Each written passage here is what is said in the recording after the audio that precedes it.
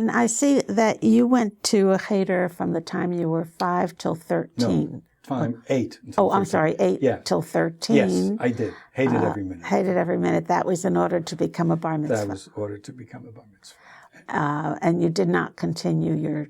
I did not continue. I remember, obviously, I was bar mitzvahed on a Saturday. Sunday, I dutifully got up and I put on my talis and I wrapped the tefillin around my head and my forearm and I said the prayers. And by Monday, Finished. Forget it. It was all over. Yeah. But the Kheyder experience was like so many others that I've read about since and people that I knew. And again, it's one of my enormous regrets because spending 5 years, at the end of which I could obviously read and write Hebrew without the foggiest idea of what I was reading or writing. It was all rote. I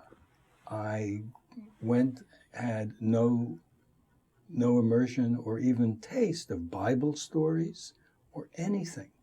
It was just this rote learning and this old, unkempt, smelly rabbi who would sit with his drumstick and I would come up, as we got our time, you put your hands on the table and you started to read, and every time you made a mistake, whack with the drumstick.